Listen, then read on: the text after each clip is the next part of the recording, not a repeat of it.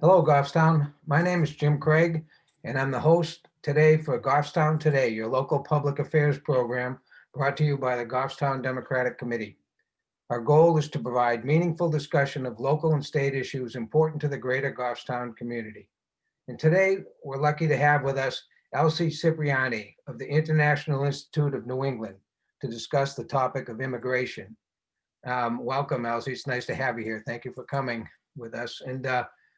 Um, like most people, I guess, who've lived in New Hampshire a long time, immigration is not a real, we don't see it. When you think of immigration, I think of the Texas border and the wall and those kind of things. So would you, it'd be interesting for me to know, what does the International Institute of New England do, and what do you do there? Thank you, Jim. Thank you very much for the invitation today. I'm very happy to be able to have this opportunity to share with everyone about the International Institute of New England. So INE provides services to new Americans in different areas. So we have been providing services to new Americans for over 100 years. We started in 1918 with our first office in Lowell, Massachusetts. After that, we opened another office in Boston, Massachusetts, 1924. And around the 70s, 80s, the first office opened in New Hampshire. Around 1994, we integrated and we became what is known today as the International Institute of New England. We are one of the oldest nonprofit social services organizations in New England, serving new Americans. And what we do is we cover many areas. The first one is refugee resettlement. So we are there from day one when refugees are brought to the U.S. to provide. Let me ask you, your group doesn't have anything to do with sending people here or bringing them to New Hampshire or in any place in particular, does it? No, we don't. So the way that the refugee works is a little complex. It's a very lengthy process that refugees go through before they come to the U.S. It's a process that can take many years. So it is managed by the U.S. Bureau for Populations, Refugees, and Migrations, and they work with 9 agencies across the country. And the International Institute of New England works with one of these agencies, which is USCRA. That means United States Committee for Refugees and Immigration. So we work with USCRA and we get our federal funding through them. So we get notified, I would say 2 weeks or a month in advance before a new refugee comes to the area. Most of the time, refugees decide to come to this area, to Manchester, New Hampshire, because they already have a family member in this area. There is a good number of refugees, particularly during the last couple of years from Congo, that have been resettled in Manchester, New Hampshire. So how many employees in New Hampshire for the Institute? So we currently have, our staff is a small staff. There are 2 agencies in New Hampshire that resettle refugees.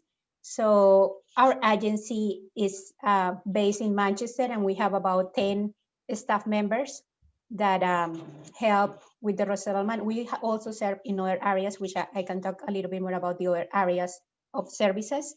And there is another refugee resettlement agency in New Hampshire that is called Acentria, and they resettle refugees in Concord, New Hampshire mostly. Sometimes we resettle together in Nashua, because Nashua is kind of the area where we both are resettling to, but our main areas are Manchester and Concord. And how many roughly immigrants would come in during a month's time or a year's time? So that is interesting, because that has changed, as you can imagine, during the last couple of years. Since, for example, prior to 2017, 2016, our agency resettled 232 refugees in Manchester. A year? A year. The numbers have decreased significantly since 2017, because the current administration has been decreasing the number of refugees allowed to enter to the US. For example, they went from 45,000 in 2018 to last year, it went to 18,000. Prior to this administration, 2016, the number of refugees allowed in the country was 110,000. So last year, we resettled 144, and this year, that just ended our fiscal year, we resettled only 39 refugees in Manchester. So if you can you imagine the impact that has had for us as an agency, for the refugee and immigrant population, because we went from 232 2016 to 39 refugees this year. That has affected significantly our numbers. That is interesting. Can I ask? You don't have anything to do with the U.S. government. You're not in the government agency or anything. How are you funded? So we are funded through different resources. So I was mentioning USCRI. So a big part of our funding comes through them. So it's federal funding, but it comes through them that they fund most of our programs. So it's public funding. We also receive a good amount of funding through the Department of Health and Human Services in New Hampshire. That is also public funding. They fund many of our programs, but we also receive funding from the Department of Education in New Hampshire for our ESL programs. We have a robust ESL program in which we enroll not just refugees, but immigrants for the community who want to improve their English. During the last couple of years, one of the good things that our agency has been able to do is we have transitioned a big part of our funding from public to private. We were very dependent in government funding before, and right now, 48% of our funding is public and 52% of our funding is private. So that gives us more flexibility to develop new programming and do more things for our clients. I've never been an immigrant, but the closest thing when I was in the Army, I was on a train in Germany when I first got there, and there was nobody else with me. And I got off in a train station. They told me, get off at this station so I could read. And I remember standing on the platform and I couldn't read the signs and I couldn't talk to anybody. And if someone hadn't come to get me, I don't know what I would have done. So what, can you tell me what you do for people who come? I assume they feel a lot like that, but there must be all kinds of languages and all kinds of different countries they come from.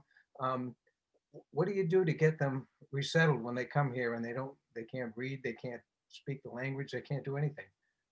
So yeah, being an immigrant is a unique experience. I am an immigrant, so I can relate firsthand what an immigrant means to be. So what the International Institute does is that we are there from day one. Once we are notified that a refugee family is coming to the US, is coming to our area, we start planning in advance. We rent a house, we need to find housing to make sure that the family has a place to come. One of the great parts of this phase, in which we call it the preparation before the family comes, is that we have great resources in our area. We work with some teams that are called welcome home teams. And these are mostly local congregations and volunteer groups that they help us with the setup of the unit. So they get together and they found home goods, they raise money, and they help us to put together all the goods in the house and to set up the apartment. When that is done, we set up to be there at the airport. If we have someone in our team that speaks the language that the family speaks, that's better, but most of the time we don't have someone that speaks the language, so we have to set up an interpreter. So the interpreter goes with us to our airport. Once they are in the airport, we take them home. We do a basic overview of the apartment just to make sure that they understand the basics, how the stuff works, how the lights works. For them, many of the things that are in the apartment are the first time that they are seeing, because many of them are used to a different type of housing. So just to make sure that they are familiar with the basic things in the home. And after that, we do visits very often. We do a visit within 24 hours to complete the rest of the assessment. Even before the family comes, we are also start the enrollment in a school for the children. So make sure that as soon as the children are here, they are able to go to school right away. That has been a little challenging because of COVID-19 during this month, but it still is happening. Even though they go through intensive health screenings before they come to the US, they have to go to more health screenings when they come to the US. So we also help them making sure that they have access to healthcare right away, that they have access to public benefits for a little while until they get a job. Most of them get a job within 5 to 8 months. So most of the refugees really don't stay in public assistance for that long because they are able to get jobs. That's part of the work that we do besides helping them with the basics: food, clothing, housing, education, and healthcare. We also have a job specialist that works with all the adults in the house that are able to work to start developing their resume and start looking for options for them to start working right away. Some families come with a profile that allow them to start working faster. They already know a little bit of English. They have a background of working in their country, so they can apply that here. Some refugees have a different background, a different profile, which they don't know a lot of English, but as soon as they get here, we are able to enroll them in ESL classes in our own institution, which is an advantage because we have instructors that work with the refugees together with the case manager to make sure that they learn English very fast. So you work with a lot of different silos, a lot of different police people with education, with employment. Yes. And so so you must have ties to all of those type of things. And do most of the people who come over have skills that they can apply here? Yes, I would say once they learn the language, I think that the main thing is for them to learn the language. Once they learn the language, they find jobs very easy. We also work with different local employers. And one of the things that is interesting for people to know is that we get calls from employers all the time because as you probably know, in New Hampshire, the workforce for some specific jobs is not as it should be. So there is no easy to find local employees. So they always look for us to provide extra orientation or extra training to our refugees that we are serving and see if they can start working for these employers as soon as possible. So besides learning the language very fast, they're also contributing to the financial development of our area. Many of them, as I said, start working right away. And even if they don't, to answer more to your question, even if they don't have a lot of professional skills when they come to the US, they are so motivated because most of them, they don't want to stay in public. They don't want to receive public benefits for that long. And public benefits for refugees only last 6 to 8 months. After that, they stopped. And so most of them are working and they're on their way to supporting themselves after that 6-month period. And the retention, the employment retention within refugees is very high. It's higher than US Americans or people that were born in the US. So that's something that we have to report on a yearly basis. And the retention rate for refugees that are working is usually higher than 70-75%. Do people who come to Manchester and Nashville, they tend to settle down here and stay here, or do they move on? Yes, very few move to other areas. Most of the refugees that we are serving stay here for a long time. And that's another good thing of the services that we provide, especially for employment services. We work with refugees up to 5 years. So even if we help them during the first year to find a job, and after a year, they improve their skills and they decided that I want something better, we are there during the first 5 years to help them to continue growing and to offer different career opportunities. And how many people do you have following the refugees over this period of time? Who does that? Who keeps an eye on them? Who makes sure that they're working okay and that their housing is okay and that all those things? That seems labor intensive to me. It is, and as you can imagine, because we are not receiving that many refugees, so the funding that we receive is tied to the refugees. So if we don't get that many refugees, that means that we are not able to pay for that many case managers. So you have how many case managers? You have case managers that we do have case managers right now. compared to last year, we have fewer case managers, but we do have case managers that have been working with refugees. So for the first 90 days, which is the most intensive part of the services that we provide, because we want to make sure during the first 90 days, refugees get everything that they need to succeed. We have one case manager that works with families during those 90 days. After that, they transition to another program, which is Refugee Social Services. And they still receive services from us. It's not as intensive at the first 90 days, but they still meet with our case manager. They receive support for employment services if they are not working yet, healthcare. So we have basically one case manager that follows families in each phase of their life here in the US, up to 5 years. And that case manager doesn't necessarily speak their language. No, we have been lucky enough that we have been able to work together with some refugees that came to the US a couple of years ago, and they had the skill to become case managers. So one of our case managers is a former refugee, and he speaks the language of our refugees, and he understands the needs of our clients, and the skills that he has are great and very unique. But we also have other case managers that have great skills, even though they don't speak the language. They also very, very skilled. One of the advantages is that our office works together with an interpretation and translation company that is called Pinpoint. They are based in Rhode Island, but we have an office in New Hampshire. So for the times that we are not able to provide a staff member that speaks the language, we partner with Pinpoint. And one of the ideas of this partnership is that this can also be a source of employment for the refugees, because once the refugees learn English and feel comfortable speaking the language, they can become interpreters, and they can, usually interpretation is not a full-time job, but that can allow us to be the step for the next part in their careers.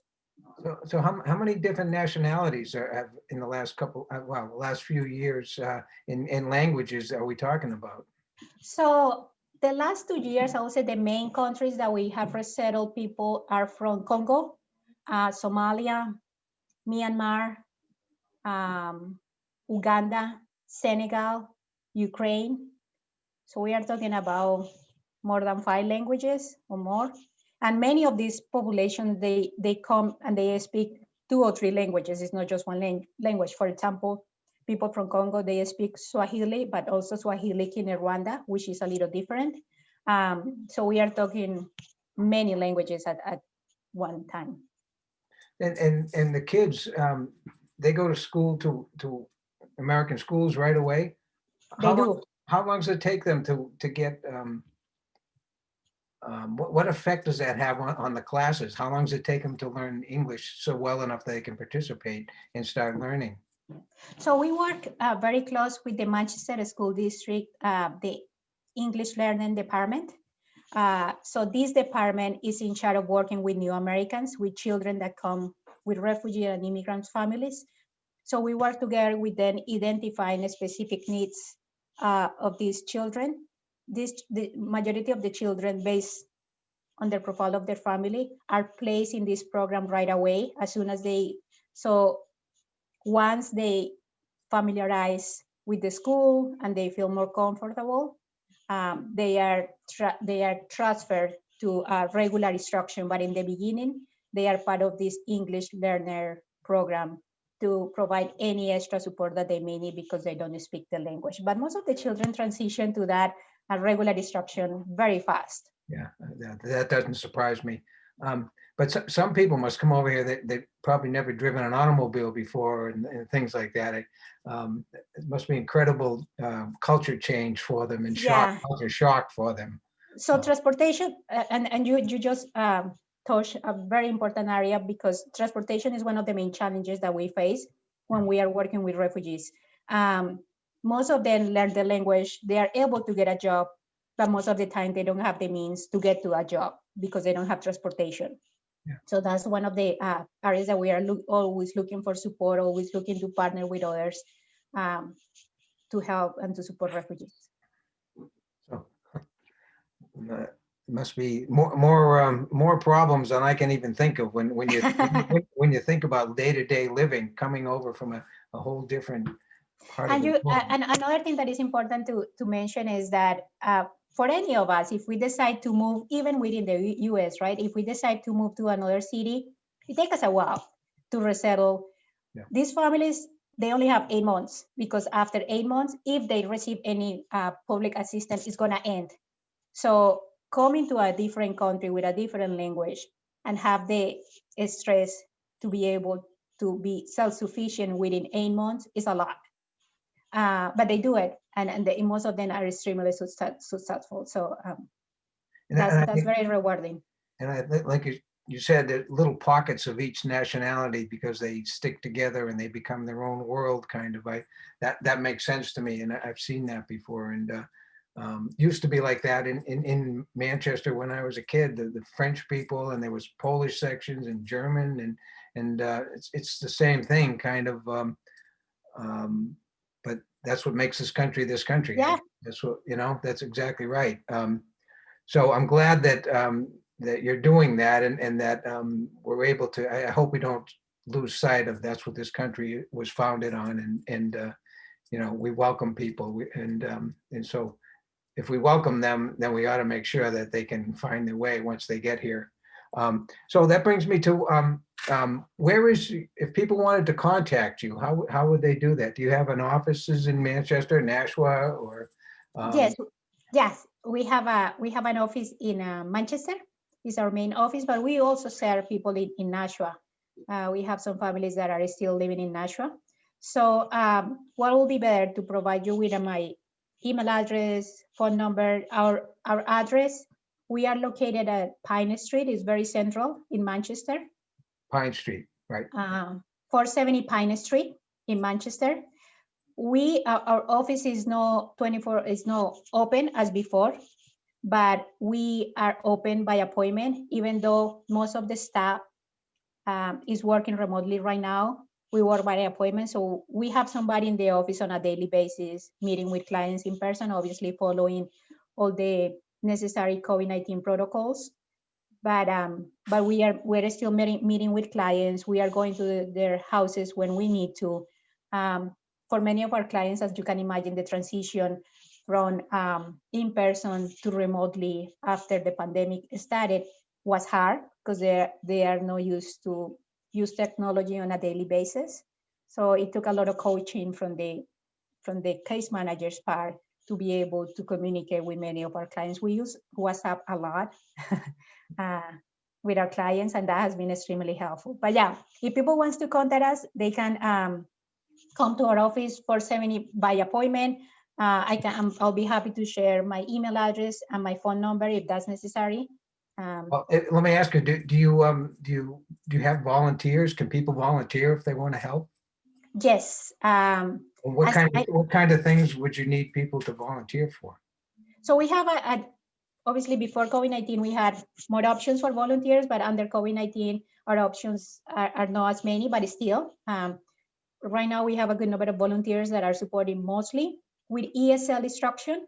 So we have the classes that are hosted by our ESL instructors, but we also have volunteers that work one-on-one with some students that need extra support. Some students that perhaps after a lesson, they didn't understand all the concepts, or somebody that needs some extra support in a specific area.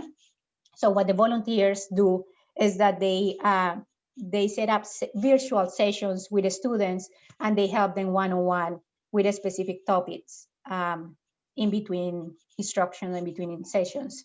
So we have, as I said, that's probably one of the main areas in which volunteers can get involved. We also have food delivery sometimes. So many of our clients, because of financial hardship caused by COVID-19, so we have been providing extra food support. And sometimes it's hard for us to deliver the food to them, and they don't have, as I mentioned before, most of them don't have transportation to come to our office and pick it up. So we have had volunteers in the past that help us picking up the food and bringing the food to the refugees and just dropping it outside. There is no contact there.